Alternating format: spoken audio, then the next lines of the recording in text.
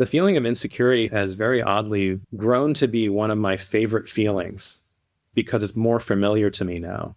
And I notice that every time I feel insecure, it's because something old is becoming rocked inside me and that it needs attention. And I think that insecurity is actually weirdly a gift. It's your body's way of like being like, oh, hey, there's this thing that you maybe haven't been paying attention to. Pay attention to me. Like whether it's like your child self or your adolescent self, they want to be seen and heard.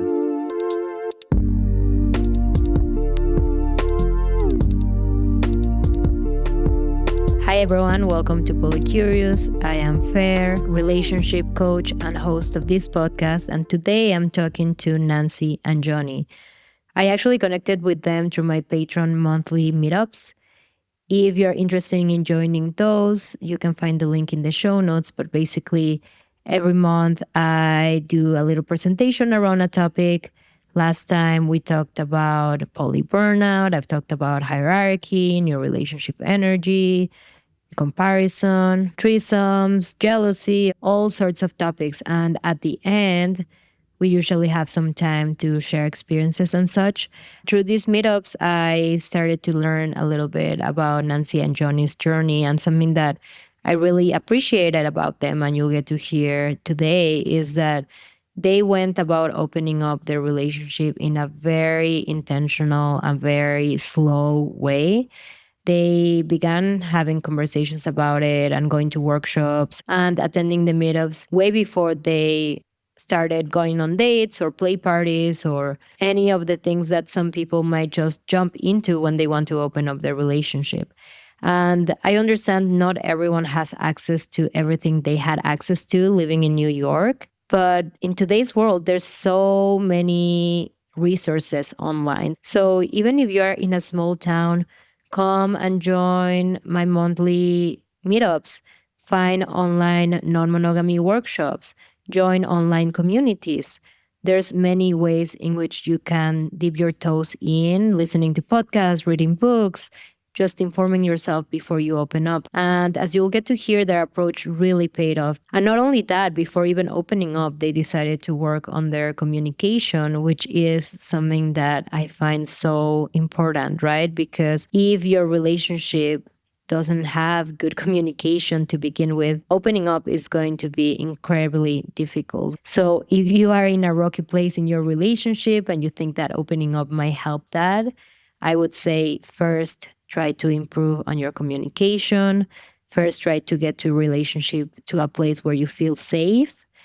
And then perhaps you can open up. This is how I work with my clients. We work on strengthening communication and making sure that you are in a good place in your relationship before doing anything. And then every step we take, we see it as a little experiment. We go back, we discuss it, and we just go very slow and very intentionally about opening up. So if you want to chat with me about my coaching services, you can find a link in the show notes as well to book a free exploratory call.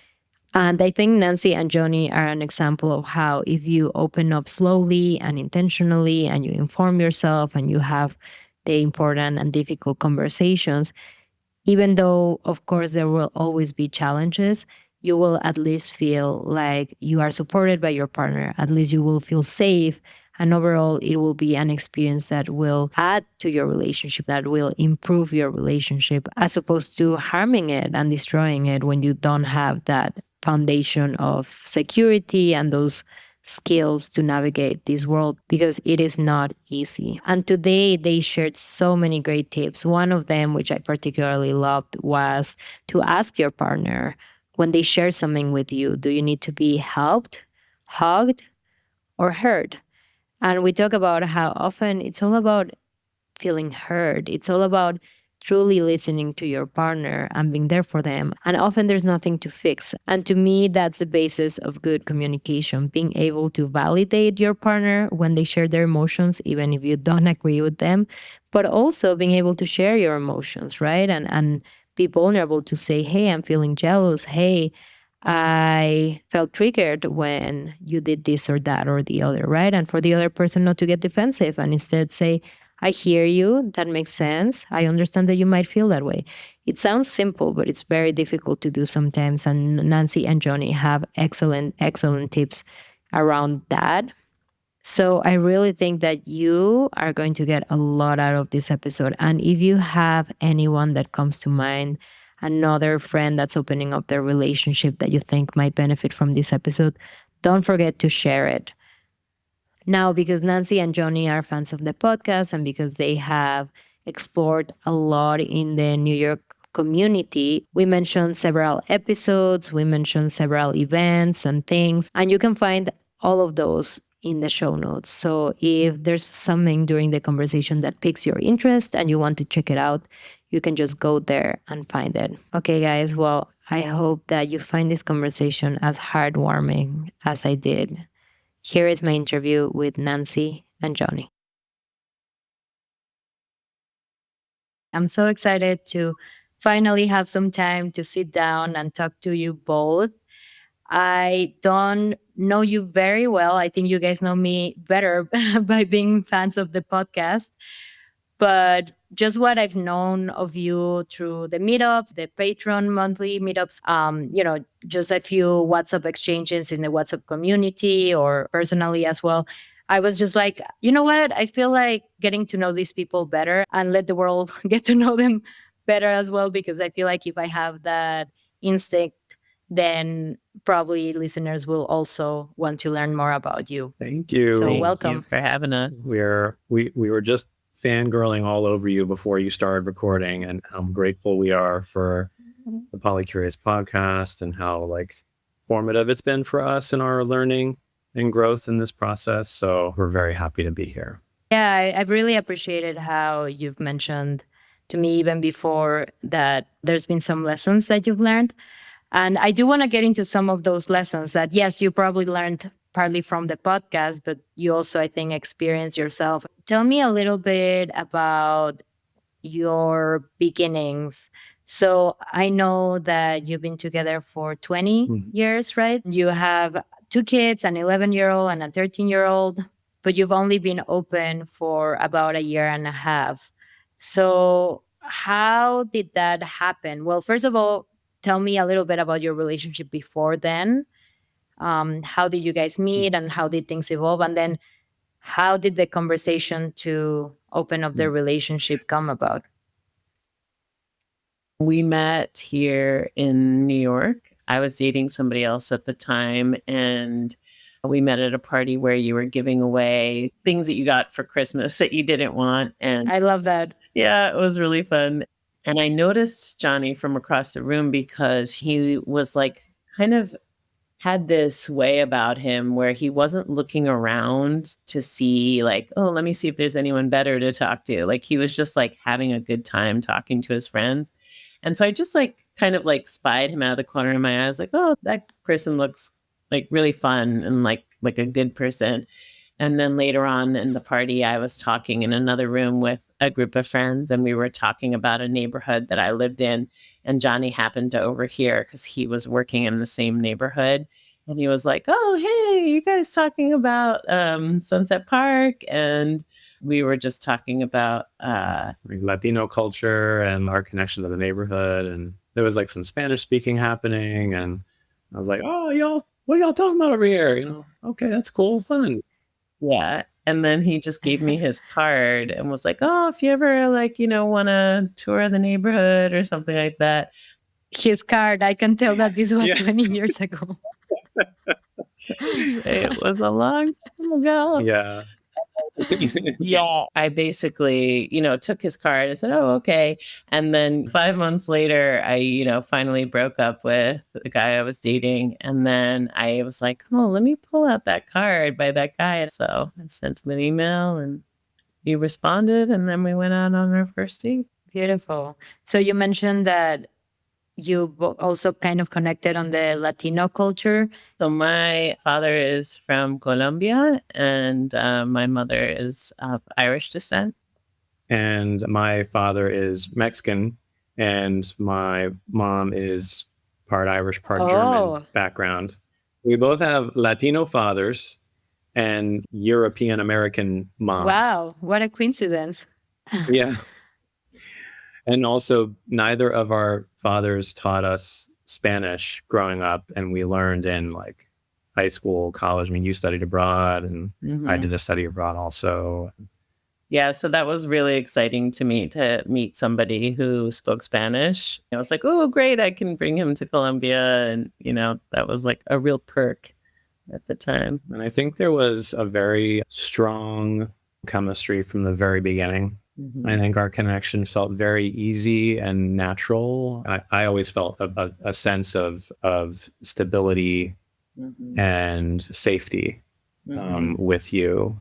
And all the other forms of chemistry really flowed from that, Mhm. sensual and physical and also romantic chemistry. Just Mhm. really all kind of flowed from a very stable place. Yeah. We also were both raised Catholic and, left that behind kind of early on, me earlier than him. So that was another thing that kind of joined us, I think, was our Catholic upbringing and just kind of getting away from that. Interesting. Do you think that that has come up at all in your explorations of non-monogamy? You're both shaking your heads. For Yeah. those who are Absolutely. not watching, Yeah. shaking your heads. Yeah. Yeah, big time. We've had to unlearn a lot of the conditioning, just that everyone has to unlearn. But I think the Catholicism, especially, has Yeah. kind of deep, deep roots in Yeah. us. Very deeply ingrained. Okay, well, maybe we'll get to that. I know that this might not be non monogamy related, but I guess it's in my mind because Seth and I just had a conversation about putting a timeline on when we want to have kids. And it's just gotten me to reflect on how relationships change. So I'd be curious, how was your relationship pre kids and after kids? Yeah. I mean, I would say once we had kids, we were just in the thick of it, right? So, like, I think we listened to one of the podcasts where somebody was talking about right after they had given birth and they went out on a date. And remember, Oh, the Yeah. Australian couple. Yeah, I I love know Abby them. and Liam. I was just on we, their podcast, Evolving Love Project. Shout out to them. Oh, gotta listen. Okay. Awesome.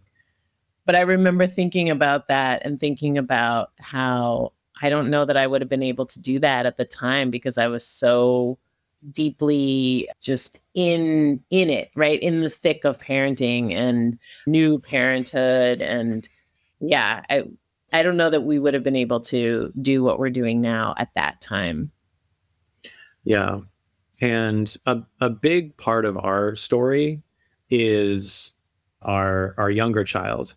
So we have two kids, and our younger child was born with a disability. It's a brain condition. It's a lifetime condition, and it results in a variety of developmental delays, gross motor, fine motor, cognitive, social, lots of different things. And so raising her has been a pretty full experience. And in her early years, it was sometimes overwhelming. And when she got to be a little older, we were able to get a whole variety of special education services and disability services, both in school and out of school. And those have been life changing for her and also life changing for us as parents. Once we got these services, it really opened up a lot more free time, rest time, downtime. We kind of came up for air together, and we were like, "Oh, it's you again. Like, I missed you and I love you so much." And so, we were able to institute like a once a week date night, a once a month date overnight, much more quality time just in bed together on a weekend morning, just chatting and hanging out. And And our kids were older too, right? yeah, So they're much more self-sufficient as well. yeah. So that was the setting in which we started to discuss as long as 5 years ago, started to discuss this idea of polycuriosity. Hmm. So you started discussing it 5 years ago, but only a year and a half ago you started acting on it. How did you start discussing it? There were different moments throughout our partnership that the idea of fantasizing about sexual encounters with another partner together came up. And Nancy had had those experiences before we got together. I had never. I was like Catholic altar boy, practically a virgin. And so I had a lot of curiosity and interest. And I think the questions were probably more coming from me. But you were open to hearing them. And I remember Nancy saying, if you are really interested in something like this, we first have to work on our communication. So at that time, which is so wise of me. I didn't even know. I mean, I really am. I'm very impressed with past me for saying that. Amen. Amen. And we had already been going to therapy, individually and stuff like that, but we really doubled down on that. And we got from a place of just kind of functioning level to a real thriving state. I went to India with 2 friends, and I was reading All Fours by Miranda July, which I feel like is definitely the gateway to ethical well, I think it's been a gateway to a lot of divorces, actually, but I think it's also could potentially be a gateway to E&M as well. It's just a book for me that is a lot about, being of a certain age. I turned 50 last year, and kind of questioning what you want out of life, or, what haven't you experienced? And so I came back after reading that book, and I just expressed to Jonny, I think I may be ready to talk about the idea of opening up our relationship. And it kind of worked out because you had said that we were sort of in this pina colada moment. So, that pina colada song. So we were kind of in this moment where we were kind of reacquainting ourselves with each other. I remember one of the things you said when you came back was, I'm kind of open to this idea of you and me being with another man in the bedroom and both of you pleasing me at the same time. I remember you saying that. Yeah.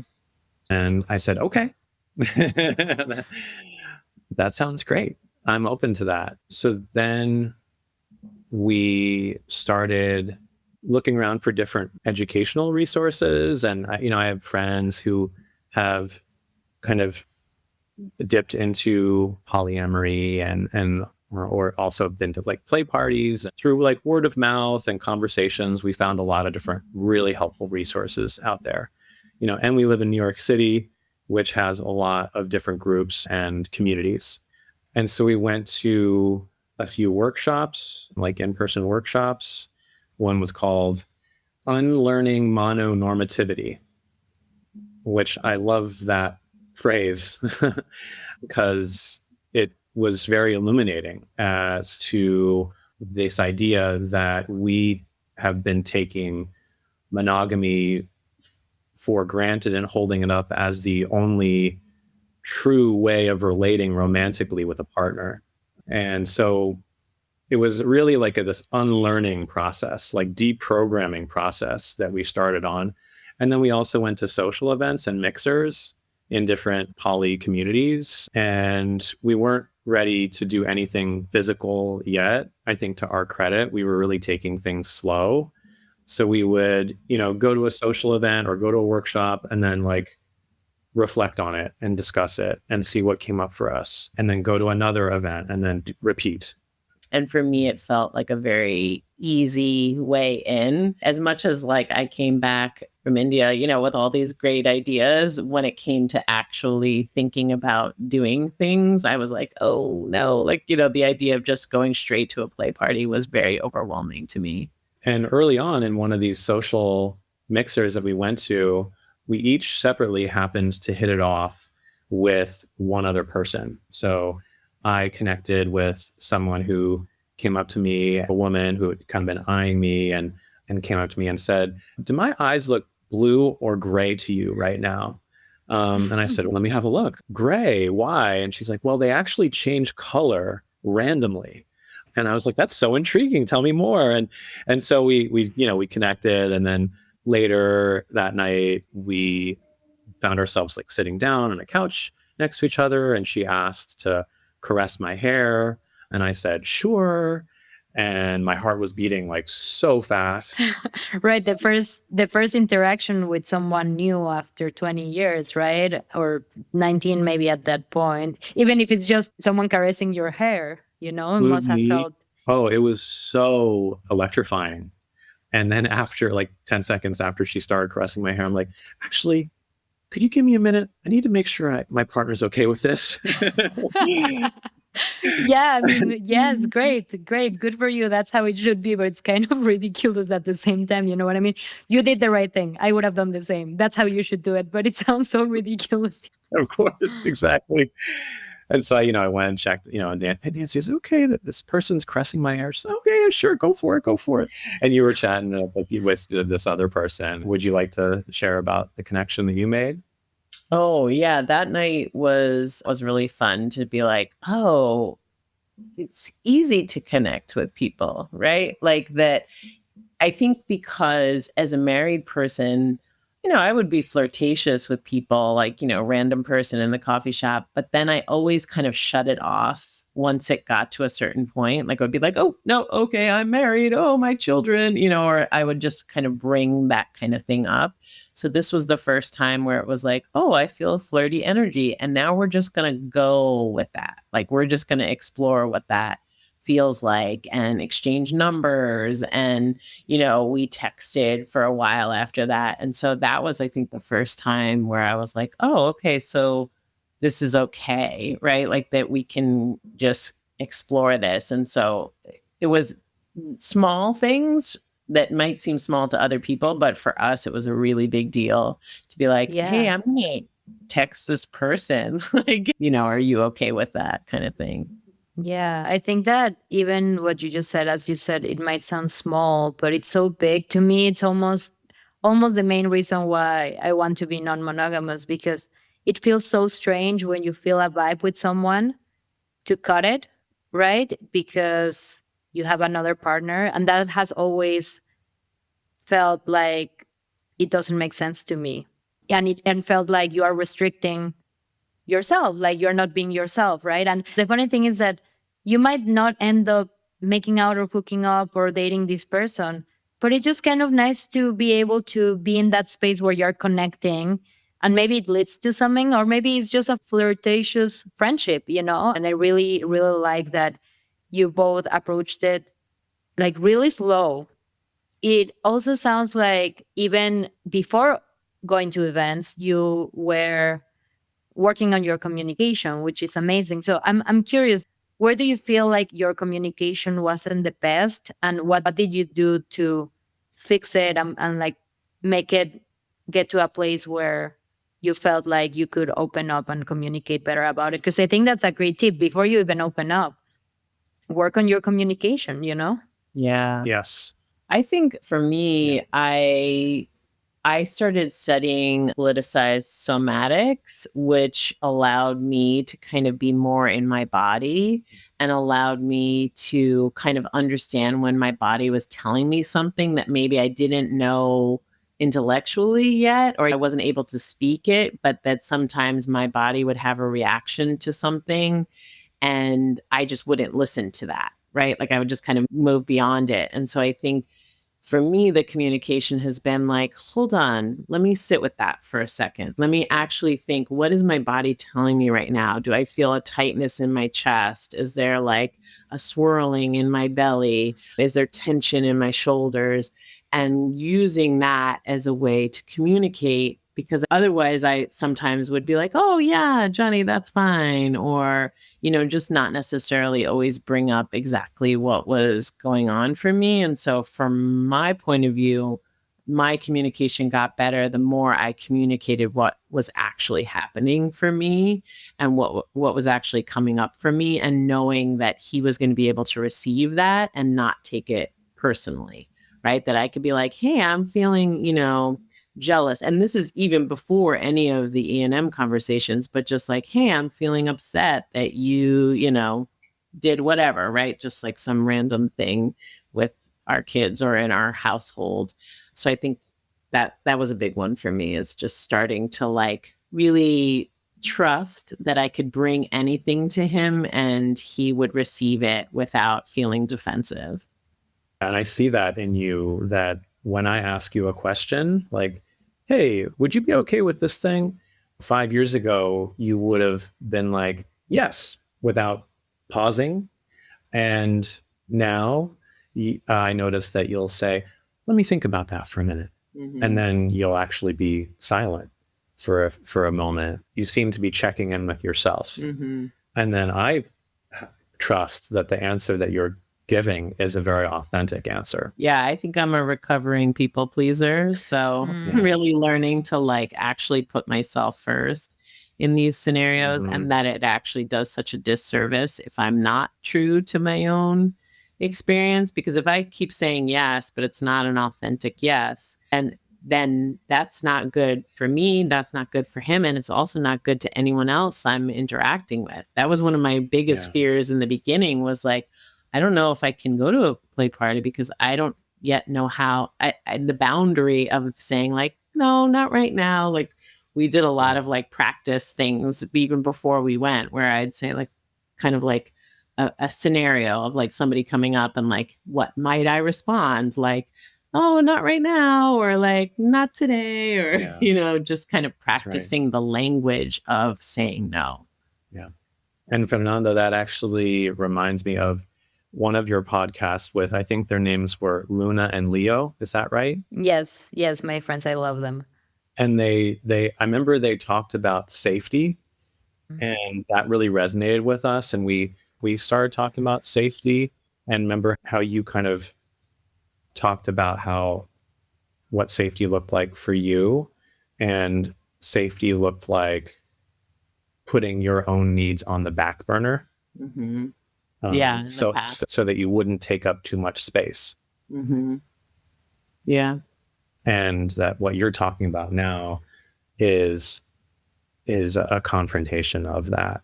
And for me, I think it's been about a journey of healing, which I did not expect. And I expected polyamory and ethical non-monogamy to be just sexy fun times. And I also expected it, or was hoping that it would be an exploration of queerness, which it absolutely has been and continues to be that. But the fun, sexy times is like 2% of the time, as we know, right? As I'm sure you know. And so this actually brings us back to that moment when you connected with that person, with that man, Mm-hmm. at the party, and then you were texting with each other, and it came to a certain point where you asked me, "What do you think about me going on a date with this person?" And I remember saying, "Yeah, sure, totally, go for it."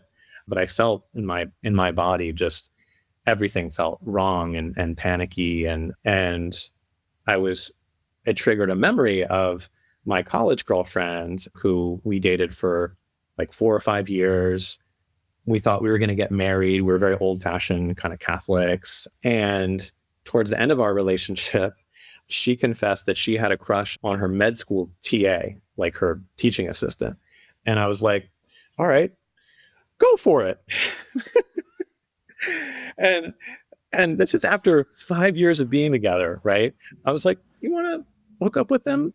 We can maybe make things non-exclusive between the two of us. Go for it. And this That's is interesting that you had that openness, even though you were raised Catholic. That's true. That's true. It was very strange. I think we were very young and didn't have the tools at the time to be able to navigate something that rocky. So I remember that night she hooked up and with her med school TA, spent the night with him. This conversation with Nancy triggered that exact memory, right?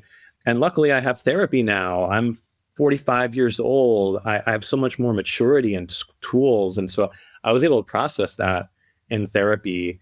And, I found a lot of healing and got in touch with some real like self-limiting beliefs that I have been operating on most of my life. Like that, for example, that I'm not inherently worthy.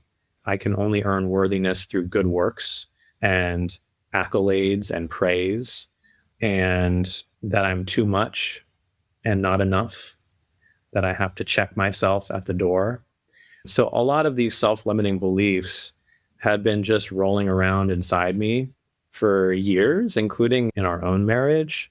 And I think when we pushed ourselves a little bit outside of our comfort zone through this opening up experience, it really brought some of those old things right up to the surface again.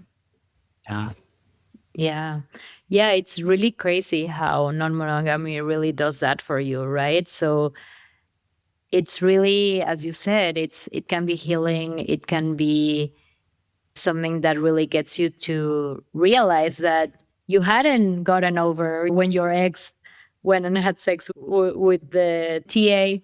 And I think for me as well, what non monogamy taught me is my trauma with my dad, right? And how I was seeking attention from men to kind of fill a void that he had left because I felt abandoned by him, even though he was present. He didn't contribute financially and he wouldn't give me birthday gifts. And in many ways, I didn't feel loved, even though in his actions, he did, except for not giving money, he did show me his love, and I don't know if I would have ever discovered that and like to some degree healed that if I hadn't opened my relationship and explored non-monogamy and all of that. But I love what you both share. I think for you, Nancy, the point about not just saying yes and being a people pleaser, but tuning in with yourself.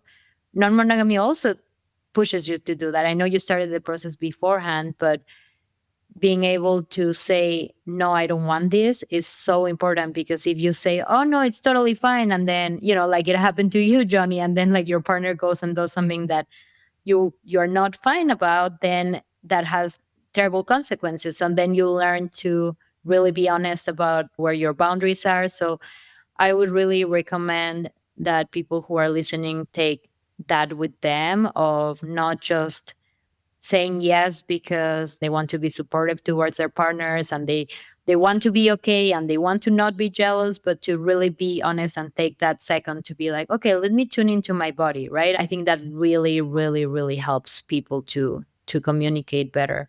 But yeah, tell us, Jonny, then, okay, when Nancy was like, okay, I want to go on that date, was it then that like this came up, or was it when she actually went on the date? And how did you move through kind of that past trauma into becoming more comfortable, assuming that you did?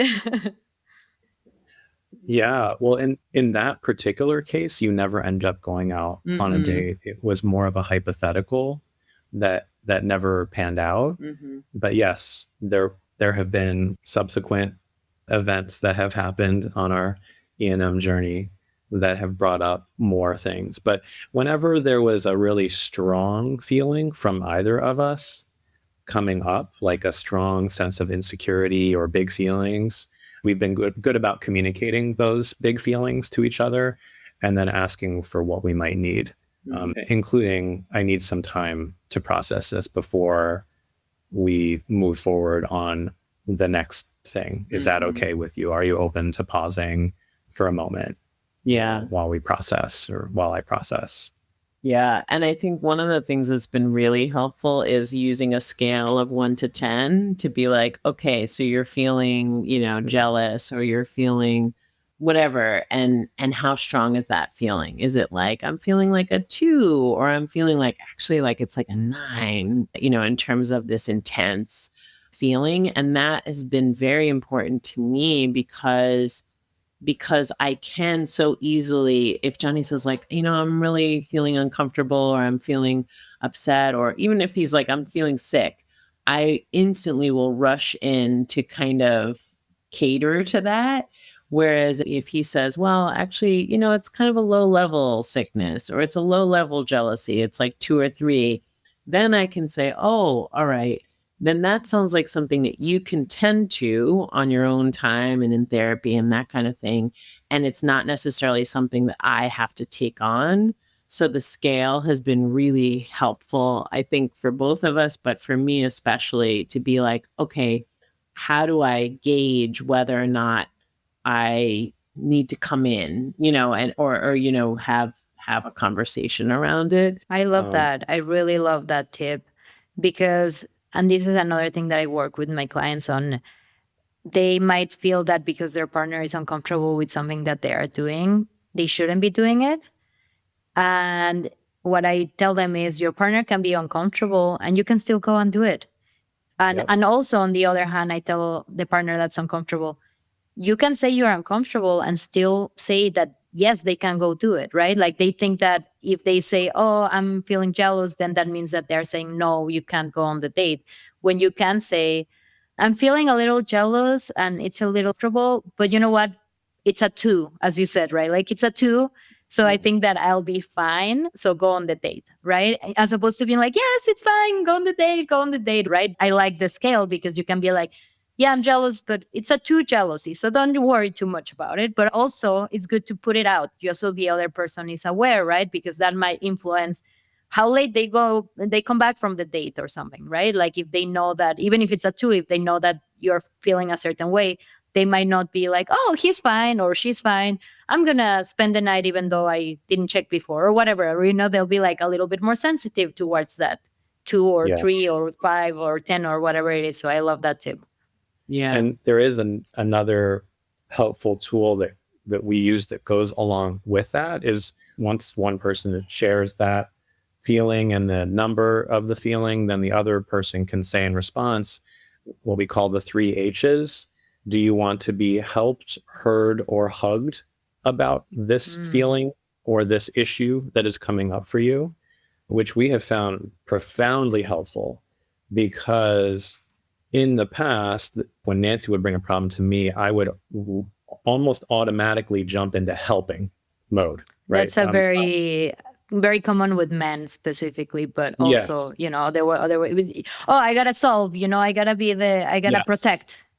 Yes, men are conditioned to fix things, to find solutions, to bust out their toolbox and make it like new again. Yeah. And I think that that's also why they often get defensive too, because when someone says, I feel this way, they feel like, oh, it's because I'm doing something wrong. It's, yes. That means that it's my responsibility to fix it. I did something wrong. I don't think I did something wrong. And then they get into that train instead of just being like, that person can feel the way that they feel. And that doesn't mean that you did anything wrong or that there's anything to fix, That's right. Yeah. Well, and also I think for me, what I've discovered in that is that almost 80% of the time, I just want to be heard. Right? Like that's almost that's the majority of times, like heard and then hugged, right? Those are like my top 2. And then usually in terms of help, it's usually like, if I'm like, yeah, actually, I'm kind of stuck on this. Like, can you offer up some ideas? Or like, sometimes you'll say like, can I offer you reassurance about that? But most of the time it's just feeling heard, because I think everybody wants to just be seen. Like to be seen for the complexity that we all are, and having your partner reflect that back to you, that's honestly more important, especially because I feel like if he really hears me and really understands where I'm coming from, that will change any kinds of behaviors that are not necessarily working for me. Right. Yeah. And I would say to my fellow cisgender males out there that might be struggling with this idea, because I struggled for a long time with letting go or moving through this urge to fix things. I used to use the phrase actionable items with you. Do you remember that? No. Oh my gosh, you poor thing. I'm glad you forgot. I'll be like, I just need you to tell me actionable items, Nancy. Oh my gosh. Just give me something to hold on to so I can actually, fix it. But like, I feel like ironically, the biggest form of fixing, if there were one, is to hear, is to actively listen and to repeat back what your partner says or what, and anybody. It doesn't have to be just your romantic partner. It could be anyone in your life, family, friends, loved ones. Yeah. I love that. So where did you get that help, heard, or hugged? I love it. Did you make it up or you got it somewhere? So I'm actually a kid therapist, and ironically, that kid therapy and ethical non-monogamy have a very large Venn diagram connection. True. That's another one that I would have never predicted. But there's all these really powerful tools out there, in child therapy, and they're very simple. And so that's one of them. I love it. But let's get back to your story. Yeah. Well, the next thing that we did was we decided to go to our first like physical experience, which was a makeout party. It's an event called Lip Service, which is just a kissing is kind of the highest level of physicality that happens. So we went there together, and they have spin the bottle and some like icebreaker activities and Sexy Jenga. Yeah. Yeah. We kind of flitted off in our own different directions at that party, which we have tended to do at most parties that we've gone to. Mm-hmm. And I played Spin the Bottle, and it's a pansexual party, and it's a queer-centric space. Is all genders are there, and they're really big on consent and communication and boundaries, and so you can do whatever you want to do. You could give a hug if that's all you want to do. You could do a French kiss if you want to do a French kiss. Like I told everyone in the circle, I'm like, this is my first time ever doing something like this. Just wanted to put that out there. I'm a little nervous, but I'm really happy to be here. And and everybody was so nice and kind about it. And I ended up making out with almost every face in the circle. And I really had never kissed a bearded face. I have a beard, and I was worried it would feel scratchy, and it was perfectly pleasant. And so that was a really, I think, empowering experience as well as a pleasant experience. And it was kind of my first foray into this, into the physical and sensual side of queer curiosity for me. Yeah. And for me, I did Sexy Jenga, and that was really great just to practice boundaries and practice consent, right? You'd pull out a thing and it would be like, okay, who wants to spank me? And then, you could kind of pick who you want. Like people would raise their hand and you would be like, okay, you and you or something. So it was like these small little games, but ways to be like, actually, no, I don't want to do that. I'd like to do this other thing. Like I'm going to pick another Jenga. I met somebody at that party who was just like instant chemistry, instant chemical kind of connection.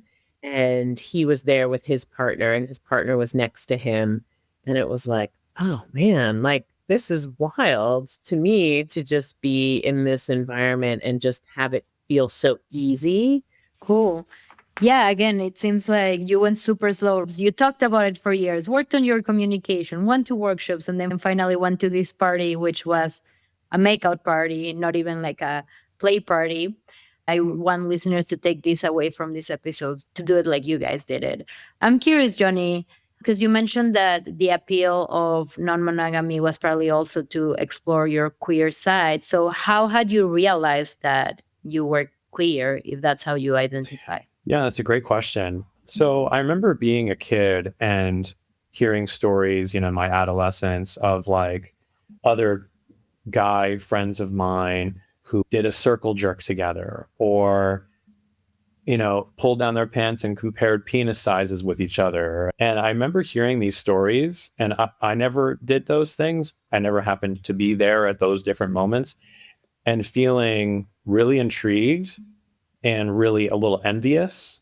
So I think entering into this world of E&M kind of gave me a leave no stone unturned approach. And so I came back to that, and I was like, I really don't know what this is going to bring, but Nancy has been incredibly supportive in my journey of queer curiosity. And I really like the word queer because it is so open-ended and open to interpretation.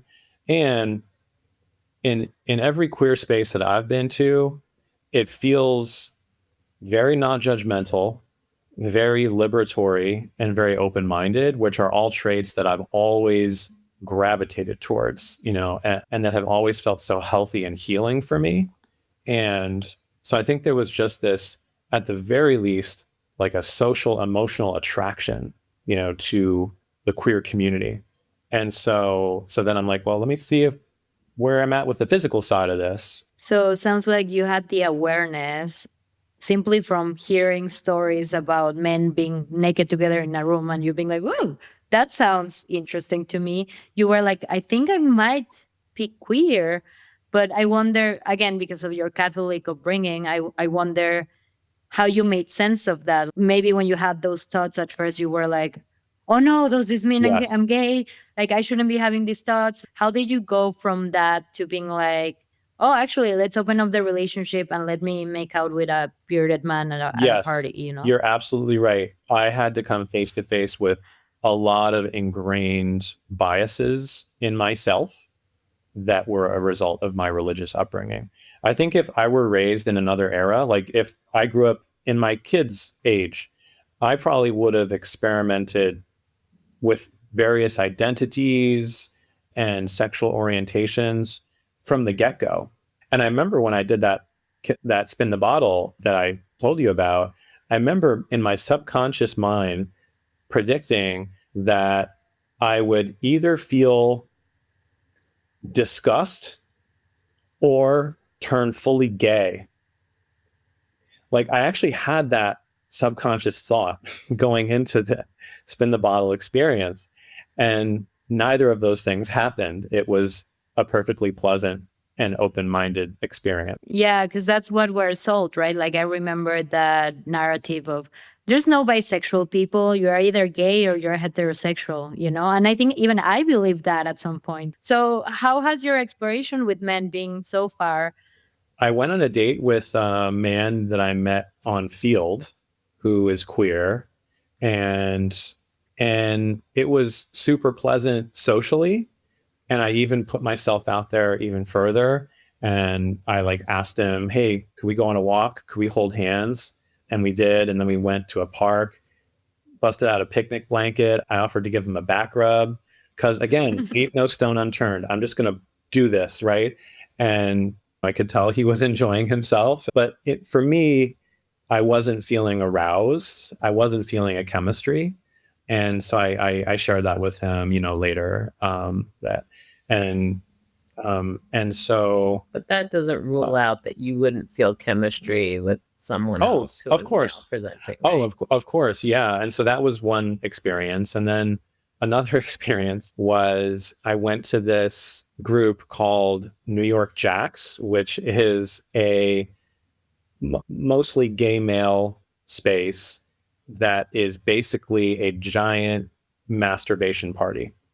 And that was obviously totally new to me, but it was something that I was really intrigued by and thought about it for months, read up on it and talked to a couple people who had been there and kind of got a sense of what it would be like. And I was like, okay, Jonny, let's do this. You can do this. And it's pretty wild because you go into this space. It's a big open space. There's about 100 men there.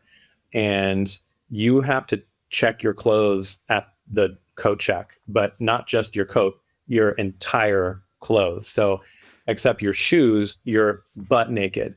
There was so many different body types there and so many different age groups and races, ethnicities, languages, and everyone was like sexy for somebody. Another thing that there was a diversity in was penis size. And I'm one of many men who has dealt with insecurity around penis size. I read up on this because I was curious, like how many males are insecure? And like about 50% of males have had some sort of insecurity around their penis size.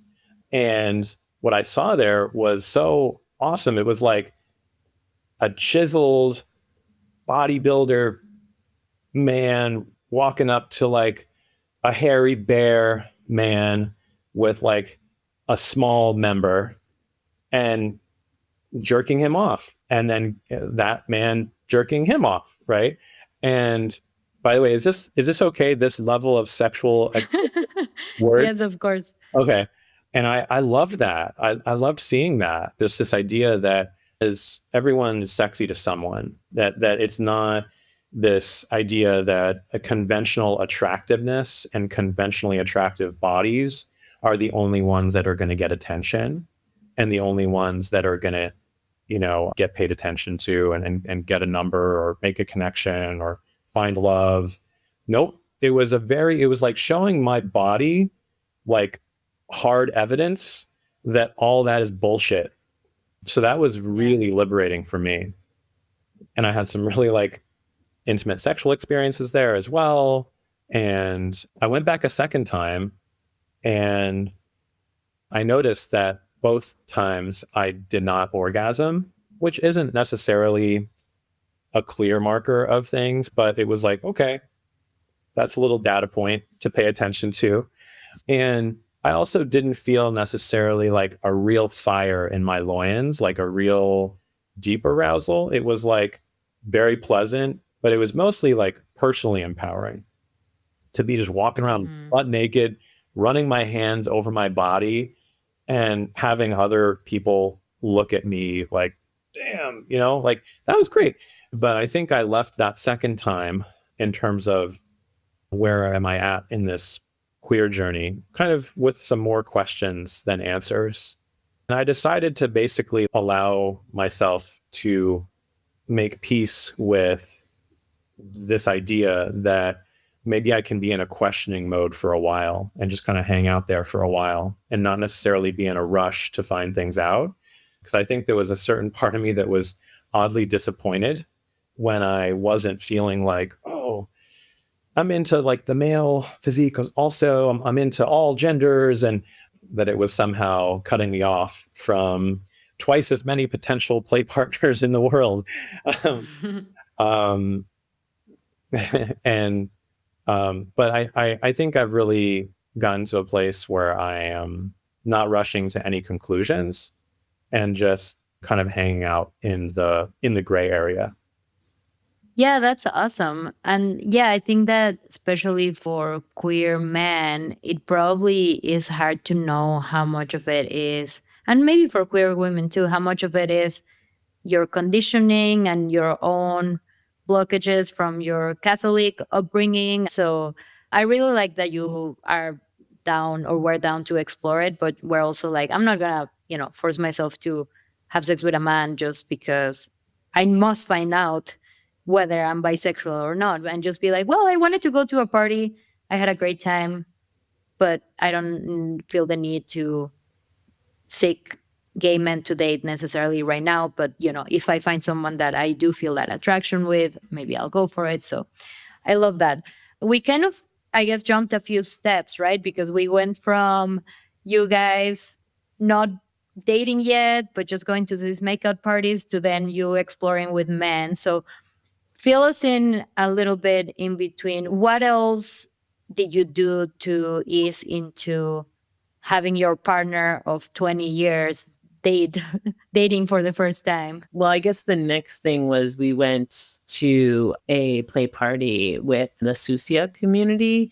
And that's another community in New York that's BIPOC centered. And I really felt very good. And every time we went to workshops there and mixers there. And so we were like, okay, we're going to go to this play party. And I think we had always thought we were going to be doing things together. And then I met somebody at that party that I instantly connected with. And Jonny was dancing on the dance floor while I was with this person. And then it was kind of like, this person doesn't necessarily want to be with another man. And so I got his number and then we went out on a date, like, I don't know, a couple months later. And that was the first time where I was like, I think actually I want to date separately. I don't want it to be something that we're going out together on. And so that was a big adjustment, I think, for Jonny to be like, oh, wait, you're not going to do this with somebody who is bisexual and wants to be with me as well. And that was really hard. That was probably the toughest experience we had was at that party because Jonny hadn't connected with somebody else and I had.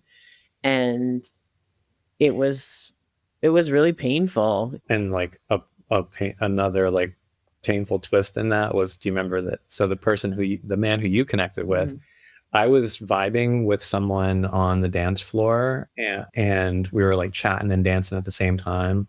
And then I asked her, hey, would you like to dance a little bit closer?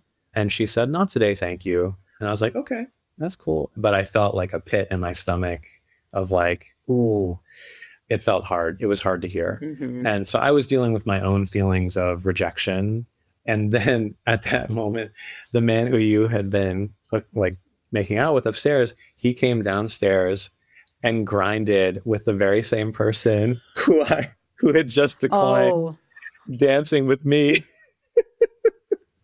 That's the worst. I'm not a very jealous person, but when there's a woman that two of the men that I've been with are interested in her, I do then get jealous. I do then feel the competition in me, Yep. Yeah. So like here's someone who just like scored with like my partner of 20 years, right? and someone who I was trying to hit on. Right. And then I'm just like, doop-de-doo, just going to keep on dancing on the dance floor, acting like I'm not hurt. Yeah, that was rough. That was rough. Yeah. And so then Jonny came and talked to me during that party and just said that he was feeling really uncomfortable and could we go? And I was like, oh, wait, but like I just had this kind of incredible time with this person. And I remember saying to you, I want to feel good. And he was like, what does that mean? And again, it was like a lesson for me in like being specific, right? It's like, I want to know that I can see this person again. I want to get his number. I want to like make a connection so that I know that I'll see him again and not leave the party and not have a way to contact him in the future, right? So once I said that, he was like, oh, okay, sure. Yeah, I like exchanged numbers. And then Jonny and I left. And then I later went out with this guy and then have been seeing him for like the last, I would say like 10 months, just seeing him kind of once a month, dating him. And that's been really awesome. Like it's been really, really great. And I think Jonny had to do a lot of work around just the fact that it was like a consistent thing and, that it was without him. And so now Jonny has gone out on a date and felt very connected with another woman. And so now it's my turn to kind of do some of that same work and maybe kind of borrow from some of the things that he worked on the time that I started dating this guy. So he has a lot of empathy for me and I have a lot of empathy for him because we both kind of have experienced it now. So, Jonny, tell us all the secrets. How did you work through those feelings of jealousy, and how can you help Nancy and other people that are going through those feelings? Also, what you guys experience is super common, right? Like, oh, we're going to do this together. And then one person in the partnership, more often than not the woman, because we have more options, assuming it's a, mostly heterosexual facing couple, that's like, oh, actually, but I want to do it on my own, right? And that can be really hard. So how did you kind of get over that hump, and also just more generally the consistency of Nancy's relationship with this person? I think it goes back to that therapeutic healing journey that I have been on, and I haven't done that alone. We're blessed with a really badass community of loved ones in our life. We can't do this alone, right? And we don't exist just as a nuclear family. This has really broadened our definition of family. So there's a lot of different people that I have leaned on for support through these difficult times. And so that's been really helpful and crucial. And I think a lot of self-care. I started going to the gym, to a personal trainer twice a week. I've never done that. And that's like huge, right? And this is cheesy, but like there's so many different elements. I take multivitamins every morning now. Like I'm on top of my health. I take cholesterol medication. I take myself on walks in the park and listen to music. I made myself a self-love playlist, and I have a handful of songs that I listen to that I know are going to automatically get the waterworks going for me. I've cried more in the last 2 years than I have in my whole life combined. Wow. And I look at it as if inside me there's this big reservoir of tears that had just been building up bigger and bigger and bigger. And, I'm finding the key to like let that reservoir rush. And for me, music is really big. Like I play music, I play drums, I love dancing. In the midst of this E&M journey, we started hosting dance parties in our home for neighbors and friends and family. When shit gets real, we trust that we have built and are continuing to build a very strong local community of loved ones that are giving each other mutual support. When you had people come over, like the very first time I went out, he had a friend come over and they hung out, and That's like right. you really leaned on people in the Mhm. beginning, Yeah. which Yeah. was huge to see. And Mhm. I think there's just been so much of you've taken care of yourself in a way that I haven't seen Yeah. before this journey started, right? hmm And so I think I'm really in an era of getting in touch with my own unshakable self-worth. And there's this song that has this quote at the end. It's in Spanish, but the English translation is that there's nothing more beautiful than once you light your own fire, nobody can put it out. And that's what I feel like I have been doing. Like I'm like nursing this fire. No one can put it out. Like to quote another musician, Whitney Houston, no matter what they take from me, they can't take away my dignity. Wow.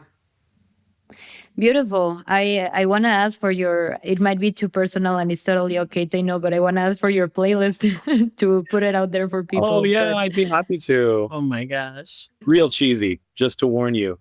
If you're down for cheese, then It's not, you got it. I wouldn't say that. yeah, I mean, as you said, sometimes you just need the waterworks flowing, right? What you're hinting at is, when those feelings come, whatever it is, if it's jealousy, if it's lack of self-worth, whatever, just kind of being there with the feelings and like letting yourself feel those things, and also giving yourself what you need, whether that's community, whether that's self-care.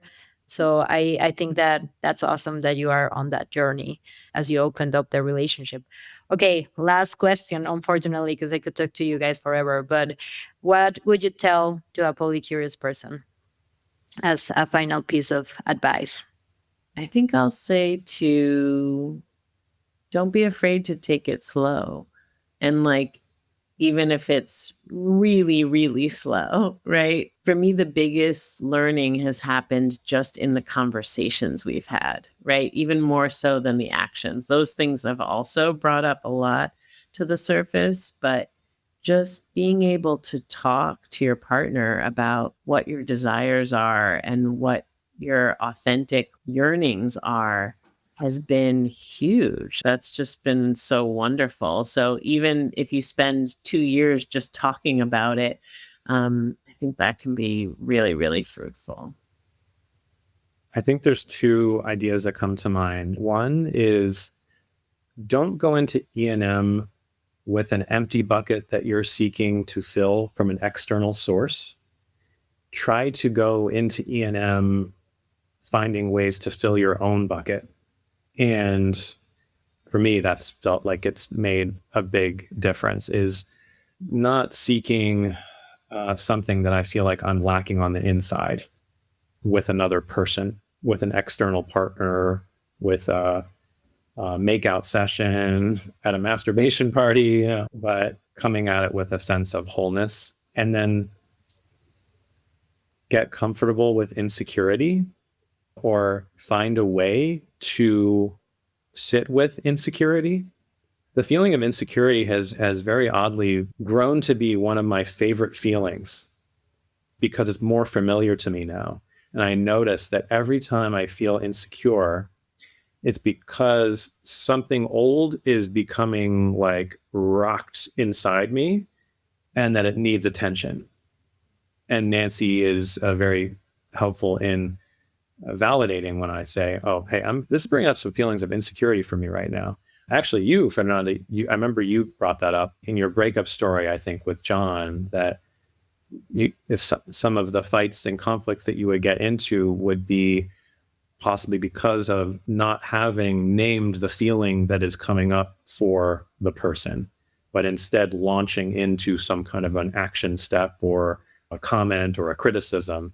And I think that insecurity is actually weirdly a gift. It's your body's way of like being like, oh, hey, there's this thing that you maybe haven't been paying attention to. Pay attention to me. Like whether it's like your child self or your adolescent self, they want to be seen and heard. Yeah. Yeah. I really, really, really love that, because at the end of the day, we can't just push our feelings away when they're uncomfortable, right? Like they're telling us something that we need to pay attention to, that if we pay attention to them, and that's the thing, non-monogamy pushes those feelings up. If we pay attention to them, then we can actually examine them, heal and evolve and grow. And it sounds like that's what you both have been doing in this journey, uncovering stuff and then being like, how can I grow as a person, knowing what I know now that I didn't know before because I wasn't exposed to non-monogamy, right? It's an exponential growth that you wouldn't have access to necessarily had we continued in our current state. We wouldn't have had access to that. So I'm really grateful for everything that is brought up.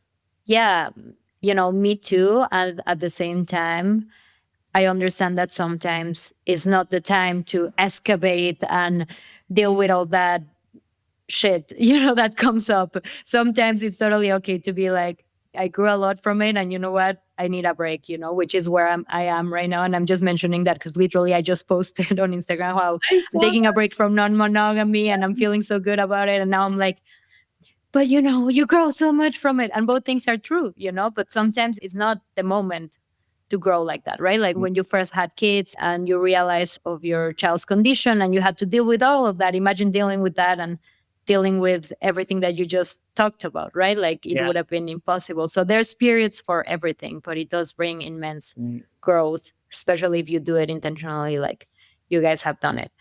But anyhow, sadly, this has come to an end, but thank you so much. Truly such a lovely conversation, and one of those that I think that people will have to really listen to, because there were a lot of awesome nuggets of wisdom. Such a pleasure to talk with you. And thank you for bringing all the different interviews into the mix from so many different walks of life that people are coming from. I really appreciate that. So thank you.